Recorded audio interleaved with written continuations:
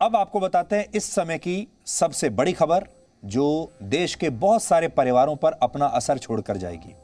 आज केंद्र सरकार ने देश में मेडिकल की पढ़ाई को लेकर एक बहुत बड़ा ऐतिहासिक फैसला लिया है। इस फैसले के तहत अब देश भर के मेडिकल कॉलेजों में ओबीसी समुदाय और आर्थिक रूप से कमजोर वर्ग के छात्रों को भी आरक्षण मिलेगा। यानी यह फैसला केंद्र की मोदी सरकार का एक ऐसा मास्टर स्ट्रोक है जो देश के पिछड़ों और आर्थिक रूप से कमजोर छात्रों को सीधे तौर पर फायदा देगा। इसलिए आज हम आपको बताएंगे कि इस फैसले के क्या मायने हैं। सबसे पहले यह बताते हैं कि फैसला है क्या। पहले फैसला समझ लीजिए। इस नए फैसले के तहत अब अंडर ग्रेजुएट, पोस्ट ग्रेजुएट और डिप्लोमा स्तर के मेडिकल कोर्सेज में एडमिशन के लिए ओबीसी समुदाय के छात्रों को 27% और आर्थिक रूप से कमजोर वर्ग के छात्रों को, चाहे वो किसी भी जाति के हों, 10% आरक्षण मिलेगा। यह आप नोट कर लीजिए। अभी यह व्यवस्था ओबीसी समुदाय के छात्रों के लिए सिर्फ केंद्रीय शिक्षण संस्थानों में ही हुआ करती थी, लेकिन अब राज्यों के मेडिकल कॉलेजेस में भी छात्रों को आरक्षण का पूरा फायदा मिलेगा। यह ऐतिहासिक इसलिए है क्योंकि आजादी के बाद से 73 वर्षों में देश में ऐसी व्यवस्था इससे पहले कभी नहीं थी। मोदी सरकार का यह फैसला इसी सत्र से यानी 2021 और 22 से लागू हो जाएगा और इसमें ऑल इंडिया कोटा स्कीम के तहत ओबीसी समुदाय और आर्थिक रूप से कमजोर वर्ग के छात्रों को MBBS, doctor of medicine, master of surgery, diploma, bachelor of dental surgery और एमडीएस के मेडिकल कोर्सेज में आरक्षण के आधार पर दाखिला मिल सकेगा इसी साल से। ऑल इंडिया कोटा स्कीम की शुरुआत वर्ष 1986 में सुप्रीम कोर्ट के आदेशों पर हुई थी। तब इस स्कीम के तहत यह व्यवस्था की गई कि छात्र दूसरे राज्यों के मेडिकल कॉलेजों में भी प्रवेश ले सकेंगे। यानी जो छात्र किसी दूसरे राज्य में जाना चाहता है उसे एडमिशन मिलेगा वहां उस राज्य के मेडिकल कॉलेज में। उस समय अंडर ग्रेजुएट की 15% सीटें और पोस्ट ग्रेजुएशन की 50% सीटें दूसरे राज्यों के छात्रों के लिए आरक्षित की गई। हालांकि वर्ष 2007 में सुप्रीम कोर्ट ने ही इसी ऑल इंडिया कोटा स्कीम में शेड्यूल्ड कास्ट यानी एससी के लिए 15% सीट और शेड्यूल्ड ट्राइब यानी एसटी के लिए 7.5% सीटों के आरक्षण को मंजूरी दे दी।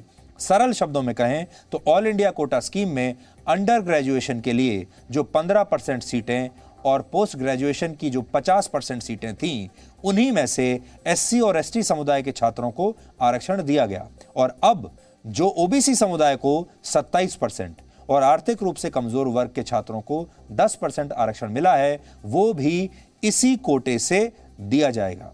यानी जो उच्च वर्ग के दूसरी जातियों के उच्च जातियों के जो लोग हैं उनके लिए जो चांस पहले था वही चांस आज भी रहेगा।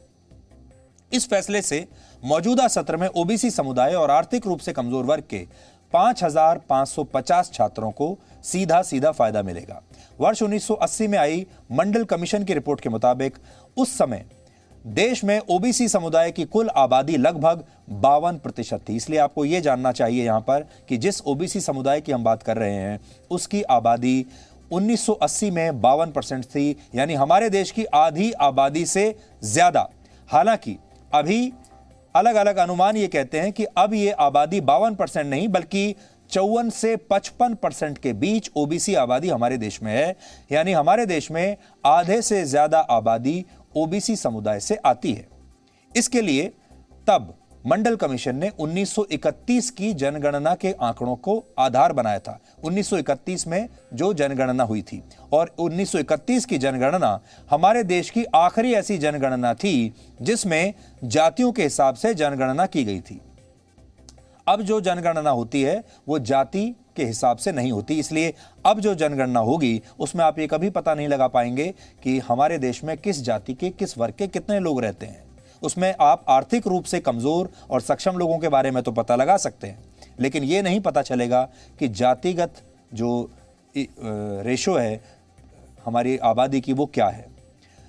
इसलिए 1930 के दशक में जो जनगणना हुई उसको आधार बनाया गया। हालांकि इसमें एक खामी तब यह थी जो 1931 में यह जनगणना हुई कि तब नौकरियों और शिक्षा में आरक्षण की व्यवस्था शुरू ही नहीं हुई थी और बहुत सारे लोगों ने जो कमजोर जाति के थे, जो नीची जाति के थे, उन्होंने भी खुद को ऊंची जातियों का बता दिया था। यानी उस समय जनगणना के समय उन्होंने अपनी जाति गलत बता दी थी और तब उन्हें यह भी नहीं पता था कि उन्हें आरक्षण मिलने वाला है। यानी अगर लोग ईमानदारी से उस समय ये बताते तो ओबीसी समुदाय की आबादी अब से कहीं ज्यादा होती।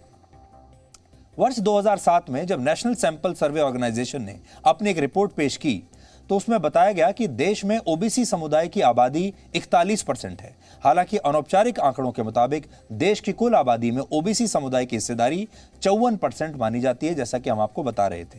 यानी आज जो फैसला लिया है वो इस विशाल समुदाय को सीधे तौर पर साधने का काम करेगी।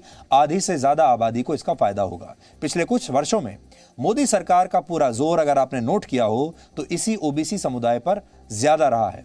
अभी कुछ दिन पहले जब केंद्रीय मंत्रिमंडल का विस्तार हुआ था तब भी मोदी सरकार में ओबीसी समुदाय के मंत्रियों की संख्या 27 हो गई थी और आजाद भारत में ऐसा पहली बार हुआ जब ओबीसी को भारत की सरकार में इतना बड़ा प्रतिनिधित्व मिला। बड़ी बात यह है कि प्रधानमंत्री नरेंद्र मोदी खुद भी इसी ओबीसी समुदाय से आते हैं। लेकिन इस फैसले का एक बड़ा प्रभाव उत्तर प्रदेश में अगले साल होने वाले विधानसभा चुनावों पर भी दिखेगा। उत्तर प्रदेश में ओबीसी समुदाय की आबादी 42 से 52% के बीच में है। यह अनौपचारिक आंकड़ा है, सही आंकड़ा इससे थोड़ा ज्यादा भी हो सकता है। हालांकि हो सकता है कि आज केंद्र सरकार के इस फैसले से अगड़ी जातियां यानी ऊंची जातियों के लोगों में कुछ नाराजगी बढ़ जाए। ऐसे लोग सरकार से नाराज हो जाएं जो आरक्षण का विरोध करते हैं और सबको समान अवसर की बात करते हैं। इसलिए इस फैसले के जहां फायदे दिखते हैं वहीं इस फैसले के कुछ नुकसान भी होंगे और हमारे देश को लॉन्ग रन में यह सोचना होगा कि हमारे देश का जो पूरी व्यवस्था है वो अभी और कितने दशकों तक ऐसे ही आरक्षण के बल पर चलती रहेगी। हमारा यहां पर शुरू से जी न्यूज़ का कहना यह है कि भारत को अगर सुपर पावर बनना है, बड़ी शक्ति बनना है और आगे चलकर सक्षम बनना है तो धीरे धीरे धीरे करके सारे आरक्षणों को हटाना होगा। किसी के लिए कोई आरक्षण होना ही नहीं चाहिए। लेकिन यह स्थिति तब आएगी जब हमारे देश का जो कमजोर वर्ग है, जिसे अभी तक 70 वर्षों में कोई मौका नहीं मिला, जिसके पास मौकों की कमी है, जिस दिन उन्हें भी बराबर के मौके मिलने लगेंगे, जिस दिन उन्हें भी बराबर का दर्जा मिलने लगेगा, जिस दिन वो भी सक्षम हो जाएंगे, उस दिन इस आरक्षण को मिटा दिया जाना चाहिए। आरक्षण किसी के लिए नहीं होना चाहिए। मेडिकल कॉलेजों में आरक्षण के इस फैसले के साथ आज देश की नई शिक्षा नीति को भी 1 साल पूरा हो गया है। वैसे तो कोरोना वायरस की वजह से हमारे देश के स्कूल और कॉलेज पिछले 1.5 साल से बंद पड़े हैं, लेकिन शिक्षा नीति अपना काम लगातार कर रही है। इस पर किसी ने ताला नहीं लगाया। प्रधानमंत्री मोदी ने आज यह बताया है कि नई शिक्षा नीति के तहत 8 राज्यों के 14 इंजीनियरिंग कॉलेज 5 भारतीय भाषाओं हिंदी, तमिल, तेलुगु, मराठी और बांग्ला में इंजीनियरिंग की पढ़ाई शुरू करने वाले हैं। इंजीनियरिंग के कोर्स का 11 भारतीय भाषाओं में ट्रांसलेशन के लिए एक टूल भी डेवलप किया जा चुका है। इसके अलावा साइन लैंग्वेज को पहली बार एक भाषा विषय यानी एक सब्जेक्ट का दर्जा प्रदान किया गया है और अब छात्र इसे एक भाषा के तौर पर भी पढ़ पाएंगे। इससे भारतीय साइन लैंग्वेज को बहुत बढ़ावा मिलेगा और दिव्यांगों को भी मदद मिलेगी। इस पर प्रधानमंत्री मोदी ने आज और क्या कहा है, आज आपको सुनना चाहिए। बीते 1 वर्ष में आपने भी ये महसूस किया होगा कि राष्ट्रीय शिक्षा नीति को किसी भी तरह के दबाव से मुक्त रखा गया है। जो ओपननेस पॉलिसी के लेवल पे है, वही ओपननेस स्टूडेंट्स को मिल रहे विकल्पों में भी है। अब हर युवा अपनी रुचि में, अपनी सुविधा से कभी भी एक स्ट्रीम को चूज कर सकता है, छोड़ सकता है। अब कोई कोर्स सेलेक्ट करते समय ये डर भी नहीं रहेगा कि अगर हमारे डिसीजन गलत हो गया तो क्या होगा। नई राष्ट्रीय शिक्षा नीति के तहत जो ये नए कार्यक्रम शुरू हुए हैं, उनमें भारत का भाग्य बदलने का सामर्थ्य है।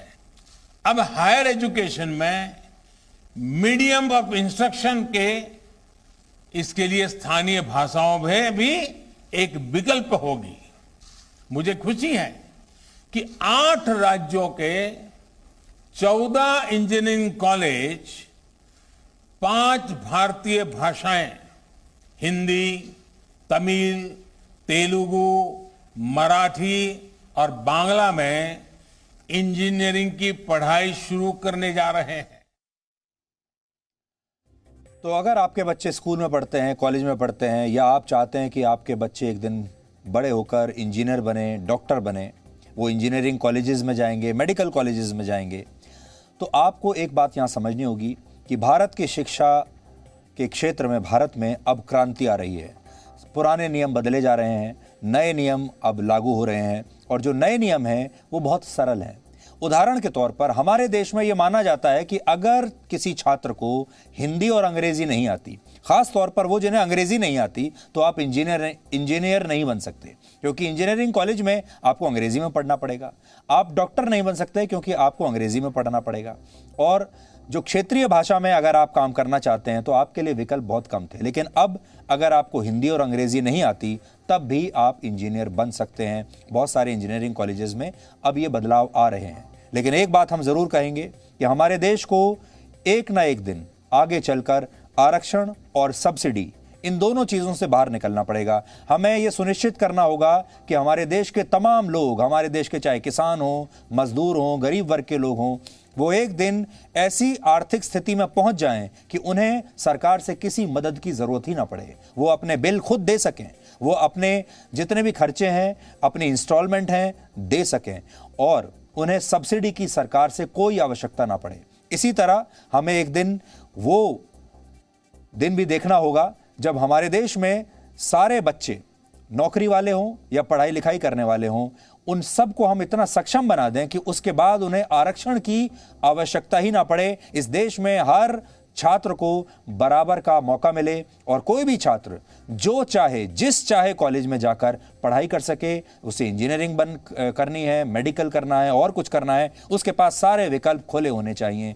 जिस दिन वो दिन भारत के लोग देख लेंगे, जब हम उस स्थिति में पहुंच जाएंगे, उस दिन आप कह पाएंगे कि भारत अब बिल्कुल बदल चुका है, भारत अब सुपर पावर बनने के लिए तैयार है। इसलिए आरक्षण और सब्सिडी जिस दिन छूट जाएगा, उस दिन हम सुपर पावर बनेंगे। Presenting B News app, available on Google Play and App Store. Download it now.